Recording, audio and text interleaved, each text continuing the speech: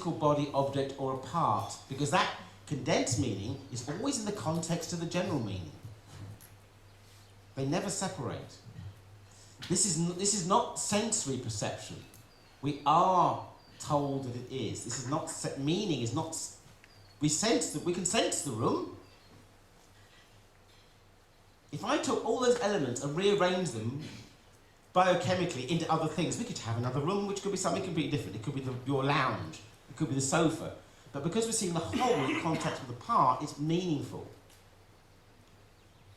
So, when we pick on parts, we lose that meaning. Condensed meaning.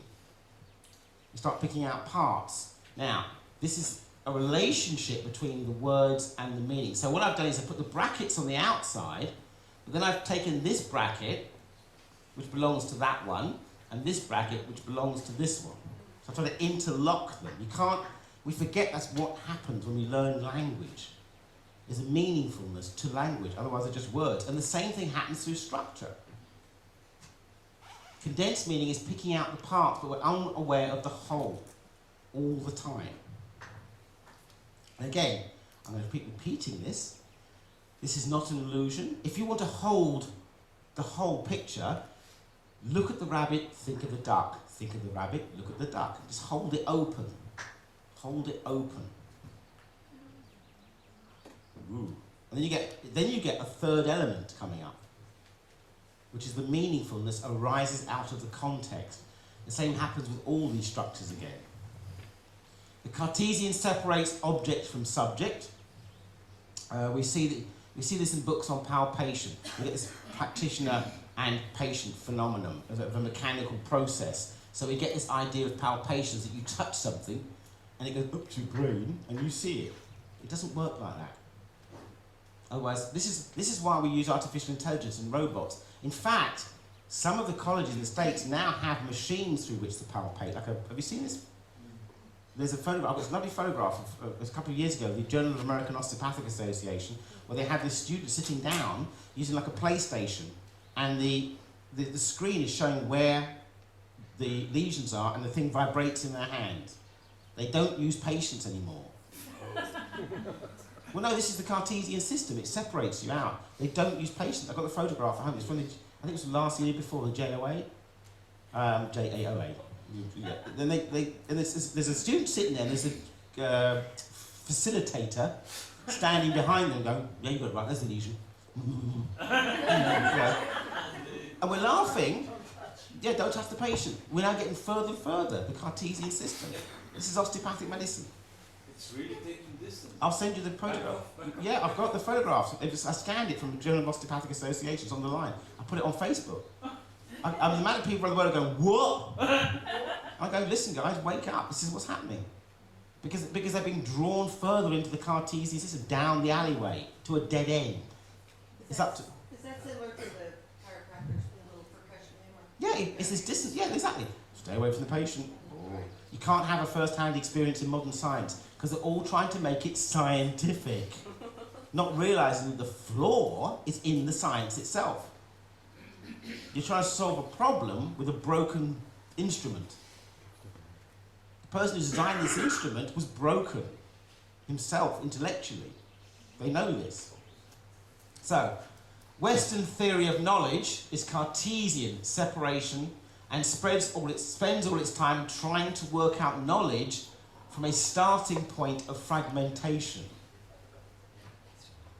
It can't put things together, but it's trying to, with a system that can't put things together. But it's trying to, and it goes on and on and on. So, this goes back as far as misunderstanding Plato's dialogues. One of the other people who tried to put things together was Edmund Husserl. He used what's called primary and secondary meaning. What is seen or palpated is meaning already. It means something to you as you start doing it and getting used to doing things. This is primary meaning. This is things already there within you. It means something. Suddenly a lion walks in, it means something to us. We don't have to think about it, it's primary. Out that door. The meaning of what is palpated becomes invisible, so you're not aware of it, you just palpate. You've been doing it for years, you don't think about it anymore. That's why it's primary. You just do it. And appears as a sensory object as a secondary experience. So, you're not aware that you've been doing it for years. So I say to you, can you check my finger? You palpate it. You feel it. Not understanding that ability to do that is primary. You've forgotten about that. You're just palpating the finger. So, oh yeah, I can feel a bit of... My window cleaner can't do this. The primary becomes invisible. You don't realise it's happening. You've learnt it through time. All you're aware of is what you're sensing. Not realising your ability to sense has been there developing for year after year after year, and now it's invisible. So we're left with you thinking that it's actually purely sense. It's not. Because some other people can't do it. They have to go through this process again, like you've forgotten that you did. So Husserl recognised this. We are active in the process of diagnosis, of palpation, of observation. You see somebody coming in here with both swollen ankles, you know there's a possibility of a heart problem. But you've forgotten the primary factor is that you learnt to do that. That's now invisible. You just see the swollen ankles, immediately go heart problem. It affects clinical practice all the time. So I was going to keep jumping because the issue isn't in the parts of my own lecture. The issue is in your understanding, and I can see you already understand to some degree. So I'll jump through this. But you all know where I'm going as a generality. That's all that's important. I can't instruct you. You have to go and do it yourself. So when I'm teaching younger people, right, who are students in a postgraduate, I have to spend 3 days going repeat it. You've had the experience, I'm now just tidying up for you, giving you a rationale for your believing what you're doing. Because so many practitioners say to me, you've just told me how I'm doing it. You've given me a fundamental basis through science to carry on the work. All I'm saying to people is, what you're doing is right, but them out there are making us doubt ourselves, or they're even doubting us on a basis that is false and fragmented. I'm equipping you with that basis to point it out to them that their system is false and fragmented, and that's what I spend my time doing. Having a room full of German physicians all going, by the time I'm finished with them. And when I'm trying to get them to understand, I'm not attacking them, I'm attacking the dogmatic dominance of the system. We need the Cartesian. The Cartesian system is here, the Goethean system is here. I'm not bringing this down, I'm bringing this up. We need the Cartesian system. But it's dominating too much in osteopathy, and that's what's weakening the system. So I'm not against the Cartesian, I'm against its dominance. And it's not helping us. This distortion is still very much alive in education, books and media, the distortion of separation and fragmentation. So Galileo, on his first sighting of the moon, he didn't see anything, we've just seen that. Eventually saw mountains and valleys on the moon. This was by perception of meaning, not by sensory perception. It became meaningful after a while. The senses, eyes, ears and touch don't perceive anything.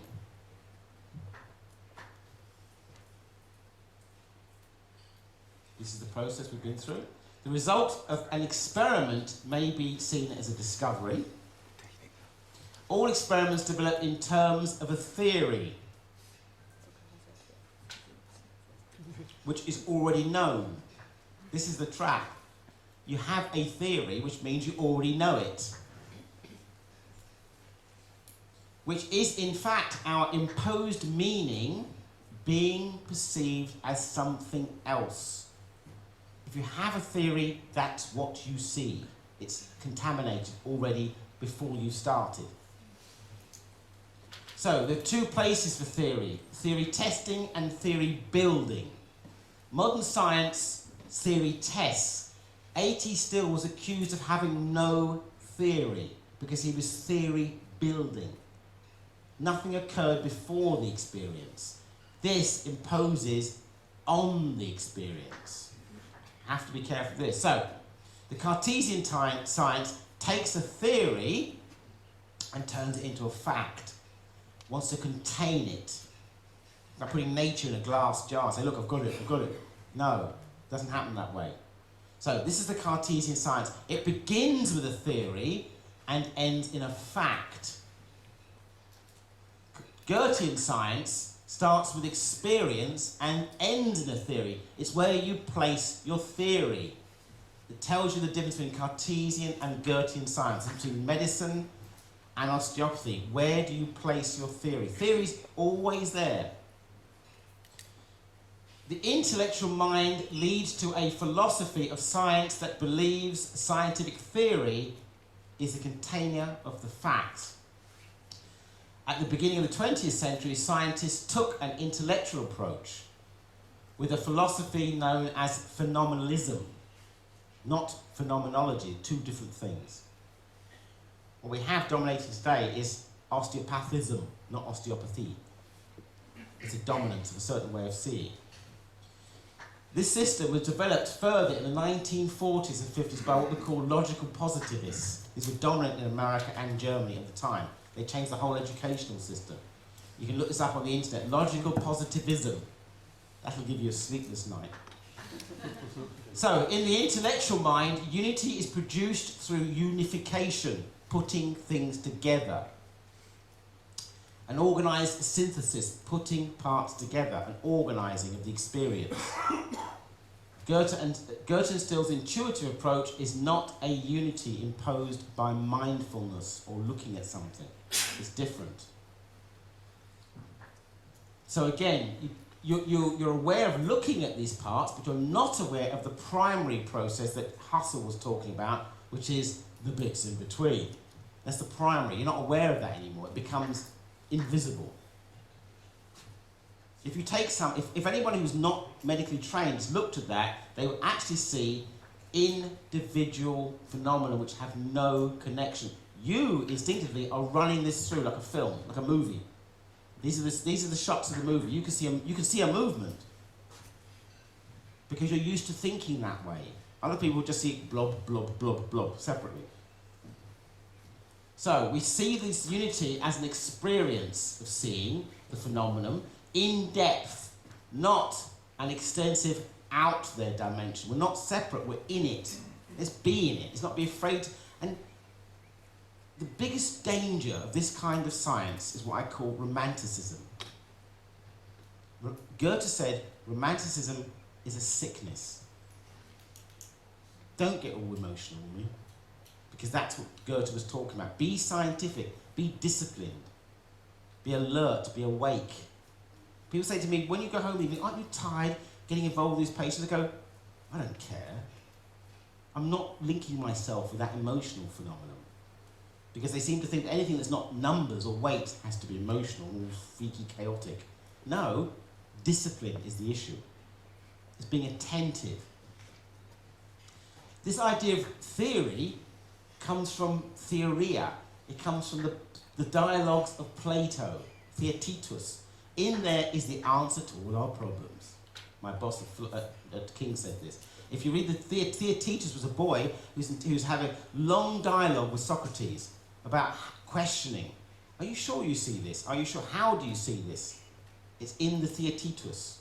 The word to see, or so the word theory means to see or behold. Behold. What's the German word for technique?